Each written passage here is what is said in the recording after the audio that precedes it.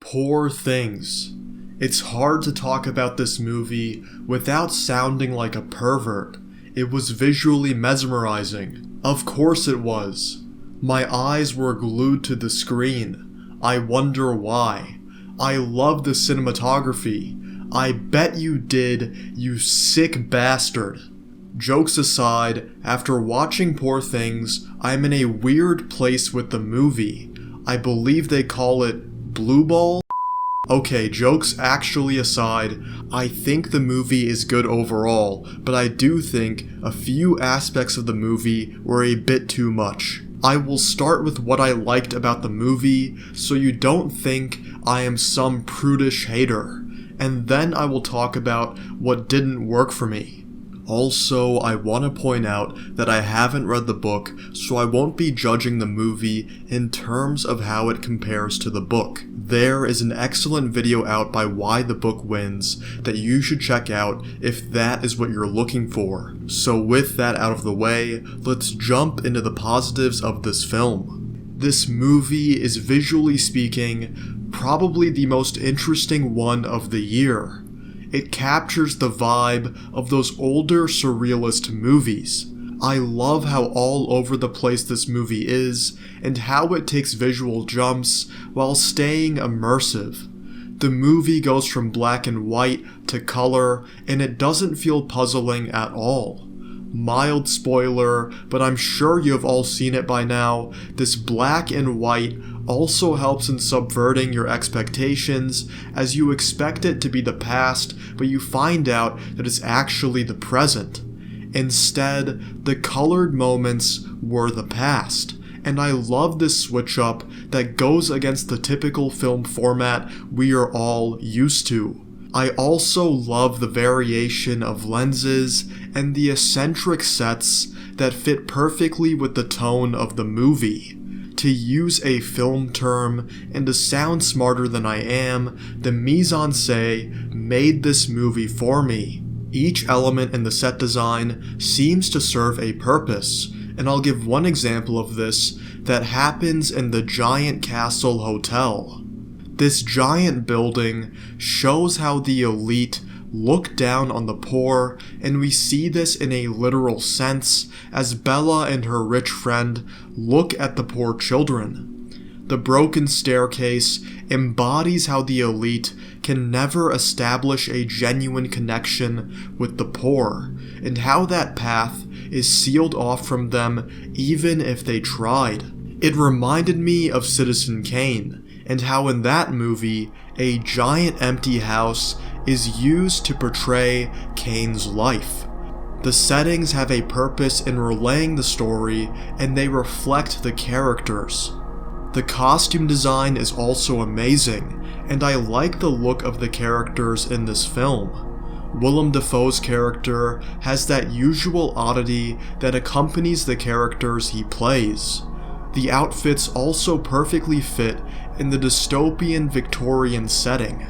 The movie is also quite funny, and I found the humor to be refreshing, especially in a movie like this, where you may not expect it to have comedy, since the suspension of disbelief is already being pushed so far. So this movie having jokes and comedy really helped in adding another range of emotions to the film. The ideas are also intriguing, from the possessiveness of men, people being treated as machines, power dynamics, hedonism, playing God, and the loss of innocence endured by women in an oppressive society. I like the ideas at play in this movie, and I would consider Poor Things effective in depicting these ideas, but a master of none, as other films have fleshed out these ideas more. For example, when it comes to power dynamics and how people are treated as machines, I would say One Flew Over the Cuckoo's Nest is much more effective at portraying these ideas than Poor Things. I'm not trying to diss Poor Things. I'm just saying, from a thematic point of view, the movie is solid, but it's not groundbreaking. Okay, now let's get to the main complaint I have against this film, and why I find it polarizing. I am probably going to piss the majority of you off, but I have to be honest. Despite all those great things I said about this movie, and keep in mind, I really do like the film overall, I did find it a bit too explicit for its own good. I went into this movie, like every other movie I watch, knowing as little as possible, so the amount of nudity really caught me off guard. I also haven't seen any of Yorgos's previous films, so I wasn't sure what to expect, which also played a role in me being surprised. If there's one thing in movies I don't like, it's excess. Excess dialogue, excess gore, excess explosions, and the same applies for nudity and sex scenes. The great films of the past never indulged in excess. They had extravagance, but they wouldn't overdo it.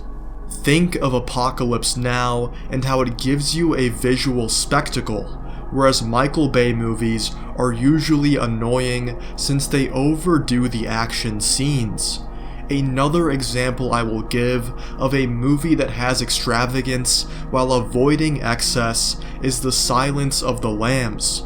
This movie never gives you meaningless or unnecessary gore, and given its subject matter, it sticks to what's necessary, and this makes the moments of violence and gore all the more prominent and powerful. The movie could have went overboard, and some may expect it to, but what contributes to The Silence of the Lambs' amazing legacy is that it understands limits.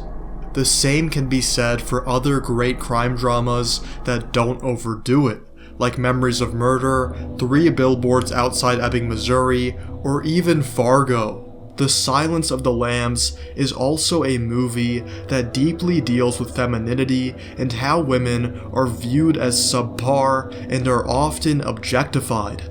But instead of showing this to us in a tasteless way, like giving us shots of characters examining Clarice's figure, we instead get much more subtle and clever representations of this idea. And just so you guys don't think that I'm exclusively picking on Poor Things, unnecessary sex scenes annoy me in any movie.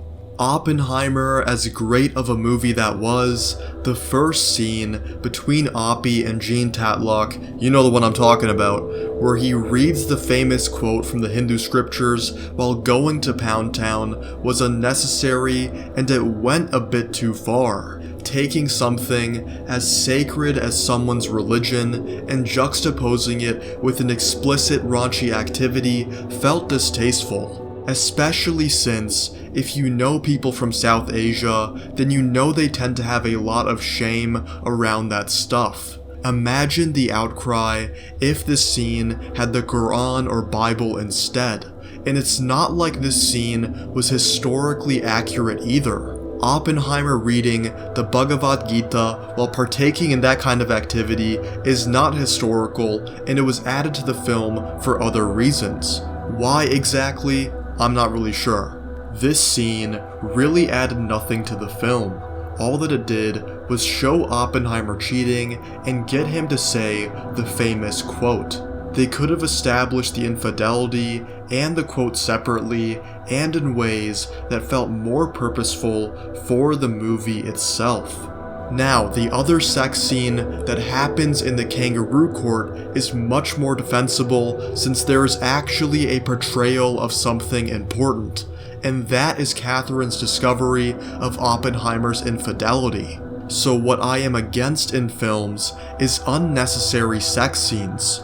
Now going back to Poor Things, in my honest opinion, this movie had way too many sex scenes for its own good.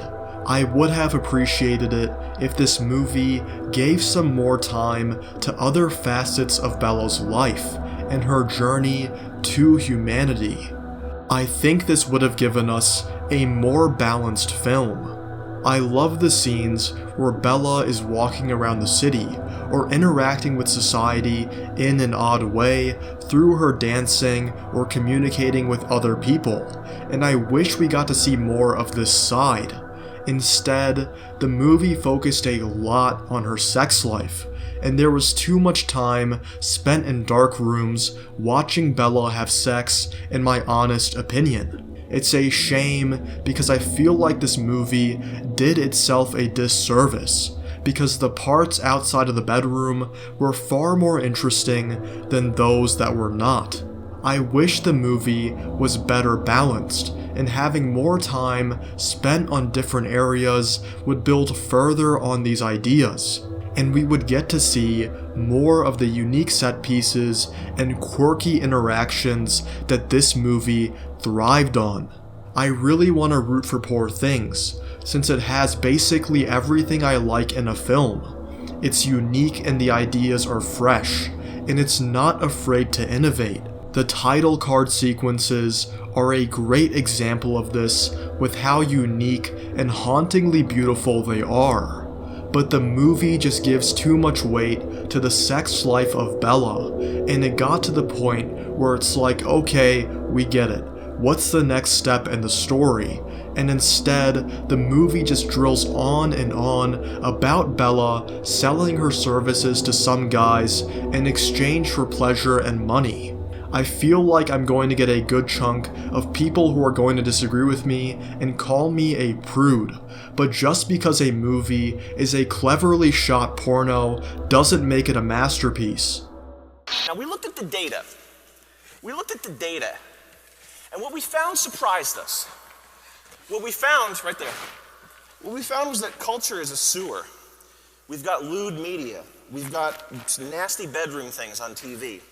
And they're sexualizing young girls, and it's getting to the point where even I have a problem with it. And it shouldn't be that way. I feel like I'm going to get some pushback, but just understand that I'm not saying this is a bad movie. I'm saying it's overall good, but it could have been better. I feel like a lot of people are focusing on the particular elements that this film excelled at, while ignoring the whole package.